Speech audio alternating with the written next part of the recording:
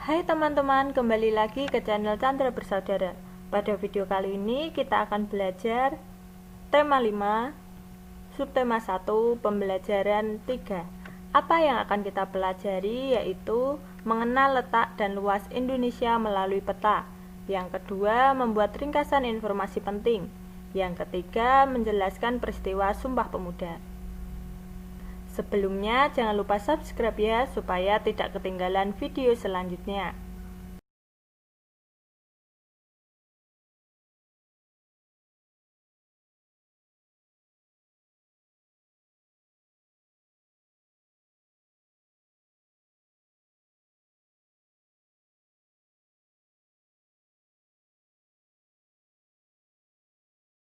Coba perhatikan gambar berikut ini. Ya, ini adalah salah satu objek wisata di Raja Ampat. Kemudian gambar yang kedua. Ya, ini adalah Gunung Bromo. Pernahkah kamu mengunjungi kedua tempat tersebut?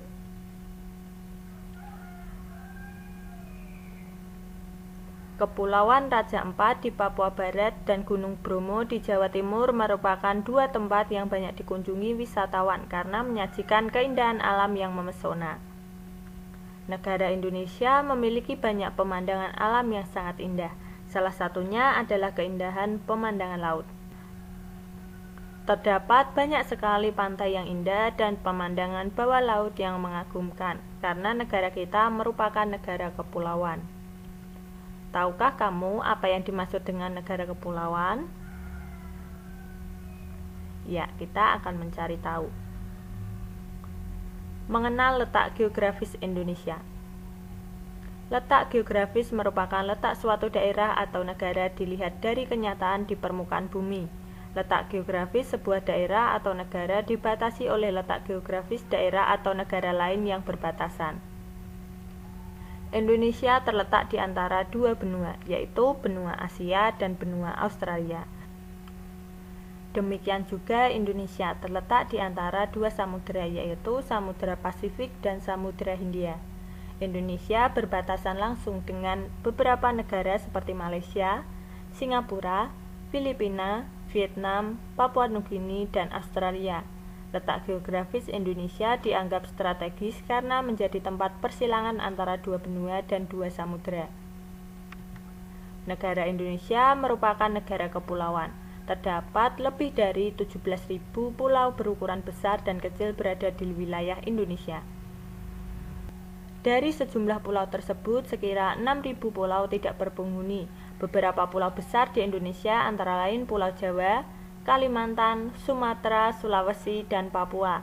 Sementara itu, beberapa pulau kecil yang berada di wilayah Indonesia antara lain Pulau Nias, Siberut, Bangka, Belitung, Madura, Bali, Lombok, Flores, Ambon, dan Halmahera. Coba perhatikan gambar peta Indonesia 30 provinsi. Ya, wilayah negara Indonesia membentang dari Sabang di barat hingga Merauke di sebelah timur, terdiri atas daratan dan perairan. Luas daratan Indonesia adalah 1.922.570 km persegi. Luas perairan Indonesia adalah 3.257.483 km persegi.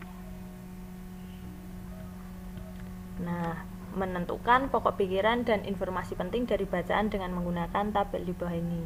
Jawabannya, paragraf 1, pikiran utama, letak geografis merupakan letak suatu daerah atau negara dilihat dari kenyataan di permukaan bumi. Sedangkan informasi pentingnya, letak geografis sebuah daerah atau negara dibatasi oleh letak geografis daerah atau negara lain yang berbatasan. Kemudian pada paragraf 2, pikiran utamanya, Indonesia terletak di antara dua benua, yaitu benua Asia dan benua Australia. Kemudian informasi pentingnya, Indonesia terletak di antara dua samudera, yaitu Samudra Pasifik dan Samudra Hindia. Indonesia berbatasan langsung dengan negara seperti Malaysia, Singapura, Filipina, Vietnam, Papua Nugini, dan Australia. Paragraf 3, pikiran utamanya, negara Indonesia merupakan negara kepulauan. Informasi penting, terdapat lebih dari 17.000 pulau.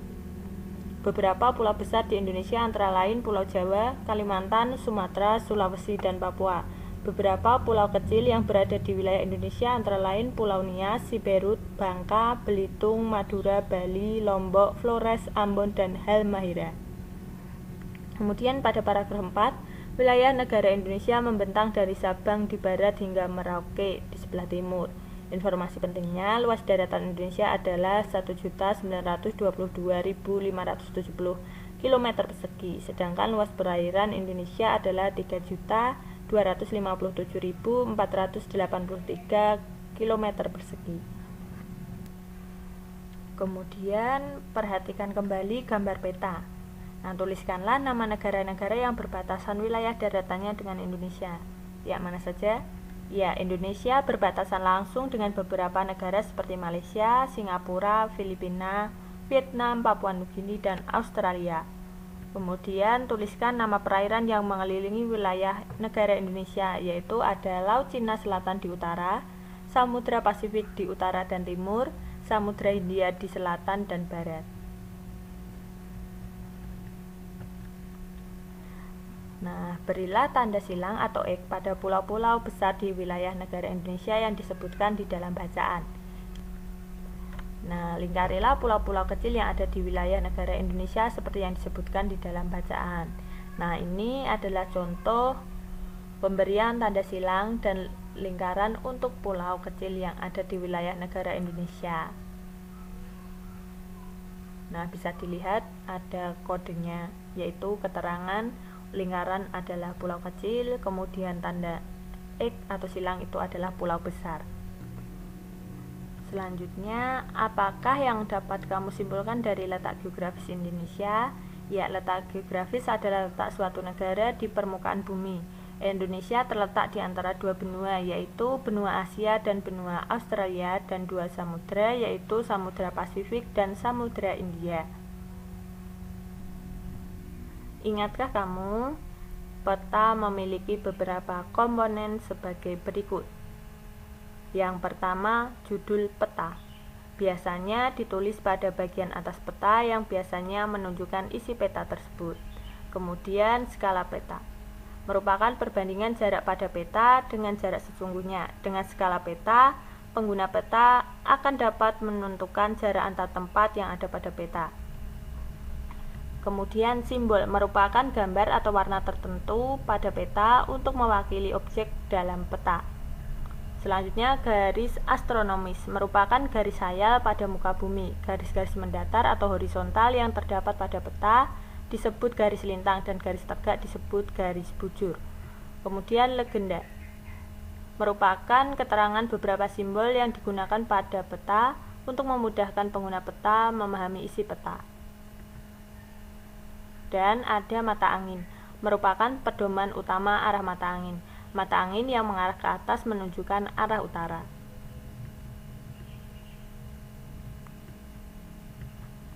Kali ini kamu akan mencoba untuk menggambar sebuah peta geografis Indonesia secara sederhana. Kamu akan menggambar peta yang memiliki skala yang sama dengan peta aslinya. Untuk itu, kamu memerlukan beberapa alat dan bahan seperti buku atlas, kertas gambar ukuran A4, penggaris, pensil, dan pensil warna. Lalu ikutilah tahap-tahap berikut ini. Ya, yang pertama, cara menggambar peta dilakukan dengan mencontoh peta asli. Pada peta asli dibuat garis-garis bantu, tegak, dan mendatar berjajar. Jarak antar garis adalah 2 cm sehingga berbentuk kotak-kotak persegi berukuran 2 x 2 cm. Berilah kode angka pada garis-garis tadi, mulai dari sudut kiri, atas ke arah kanan, dan ke arah bawah. Kemudian perhatikan contoh berikut. Nah, ya, buatlah gambar seperti ini.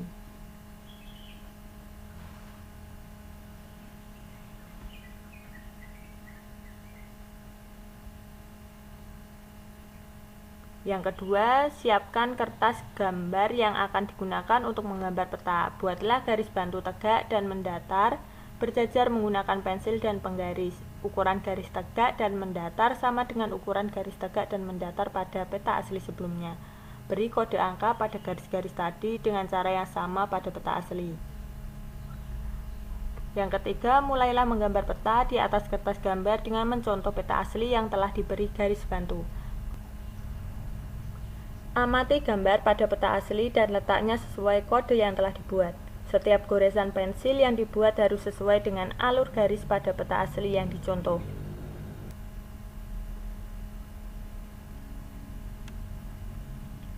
Nah, berikut ini disajikan contoh cara menggambarnya. Ya. Udin merasa senang sekali dengan kegiatan menggambar peta. Ia menyadari betapa luas dan uniknya negara Indonesia sebagai negara kepulauan terbesar di dunia. Tak heran terdapat berbagai jenis ekosistem yang ada di Indonesia, baik ekosistem darat maupun ekosistem air. Akan tetapi, Udin merasa heran. Ia mengetahui bahwa Indonesia memiliki beragam suku, adat, dan bahasa. Bagaimana mungkin semua penduduknya dapat berkomunikasi dengan menggunakan satu bahasa, yaitu bahasa Indonesia? Udin pun mencari tahu sejarah tentang penggunaan bahasa Indonesia dari berbagai bahan bacaan. Berikut adalah salah satu bacaan tentang topik tersebut. Peristiwa Sumpah Pemuda 1928. Sumpah Pemuda merupakan salah satu peristiwa penting dalam sejarah nasional Indonesia. Peristiwa ini makin menyadarkan masyarakat Indonesia yang kala itu berada di bawah penjajahan Belanda terhadap pentingnya persatuan dan kesatuan untuk melawan penjajah. Kesadaran akan pentingnya persatuan dan kesatuan bangsa mendorong para pemuda dari berbagai suku bangsa yang ada di Indonesia untuk mengambil tindakan patriotisme. Situasi penjajahan Belanda yang diwarnai dengan larangan melakukan kegiatan organisasi mendorong para pemuda berdatangan dari berbagai penjuru Indonesia untuk berkumpul di Jakarta. Kongres Pemuda yang diadakan pada tanggal 27 dan 28 Oktober 1928 melahirkan peristiwa Sumpah Pemuda. Peristiwa ini menginspirasi seluruh lapisan masyarakat Indonesia terhadap pentingnya persatuan dan kesatuan. Pada saat itu, para pemuda yang berbeda suku, adat, dan bahasa bertekad untuk bersatu dengan membacakan sebuah sumpah. Sumpah ini merupakan janji pemuda mewakili masyarakat Indonesia untuk bersatu, membentuk sebuah negara merdeka yang bebas dari penjajahan. Isi sumpah tersebut sebagai berikut. Pertama, kami putra dan putri Indonesia mengaku bertumpah darah yang satu tanah air Indonesia. Kedua, kami putra dan putri Indonesia mengaku berbangsa yang satu bangsa Indonesia. Ketiga, kami putra dan putri Indonesia menjunjung bahasa persatuan bahasa Indonesia. Selain mengucapkan ikrar, pada saat itulah pertama kalinya lagu Indonesia Raya diperdengarkan. Lagu yang diciptakan oleh Rudolf Supratman atau W.R. Supratman ini meningkatkan semangat persatuan dan kesatuan bangsa di kalangan pemuda untuk segera membentuk sebuah negara yang merdeka dan berdaulat. Setelah merdeka, lagu Indonesia Raya menjadi lagu kebangsaan Indonesia. Berdasarkan bacaan di atas tadi, lakukanlah kegiatan berikut ini. Yang pertama yaitu menjawab pertanyaan. Pertanyaan pertama, bagaimana pengaruh organisasi Budi Utomo terhadap peristiwa Sumpah Pemuda 1928? Ya, Budi Utomo merupakan organisasi yang mampu menjadi wadah aspirasi para pemuda. Kongres Pemuda yang diadakan pada tanggal 27 dan 28 Oktober 1928 melahirkan peristiwa Sumpah Pemuda. Kemudian, mengapa Belanda membatasi kegiatan berorganisasi masyarakat pada saat itu? Ya, Belanda membatasi kegiatan berorganisasi masyarakat pada saat itu karena ingin mempertahankan kekuasaannya dengan mengekang organisasi yang memperjuangkan kemerdekaan Indonesia. Kemudian, bagaimana peristiwa Sumpah Pemuda terhadap kehidupan masyarakat saat ini? Ya, peristiwa Sumpah Pemuda menginspirasi seluruh lapisan masyarakat Indonesia terhadap pentingnya persatuan dan kesatuan hingga saat ini. Yang keempat, bagaimana persatuan dan kesatuan bangsa berperan dalam usaha untuk membebaskan diri dari penjajahan? Ya, dengan persatuan dan kesatuan para tokoh pejuang dari berbagai suku bangsa, budaya, dan agama saling bekerja sama untuk mewujudkan kemerdekaan Indonesia. Yang kedua, membuat poster tentang manfaat nilai persatuan dan kesatuan. Buatlah sebuah poster sederhana yang berisi ajakan kepada siswa lain untuk bersatu berdasarkan peristiwa Sumpah Pemuda. Gunakanlah sebuah kertas gambar A4 untuk menggambarnya. Nah, berikut ini adalah contoh poster tentang manfaat nilai persatuan dan kesatuan. Nah, disajikan ada gambar, kemudian ada tulisan Indonesia Bersatu, ada gambar bendera merah putih, burung Garuda, serta pulau di Indonesia. Kemudian tulisannya, ayo, Indonesia tanah airku, Indonesia bangsaku, bahasa Indonesia, bahasa persatuanku. Untuk menguji pemahamanmu, coba. Apakah yang dimaksud dengan letak geografis?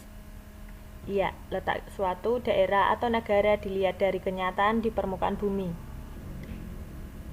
Letak geografis sebuah daerah atau negara dibatasi oleh letak geografis daerah atau negara lain yang berbatasan.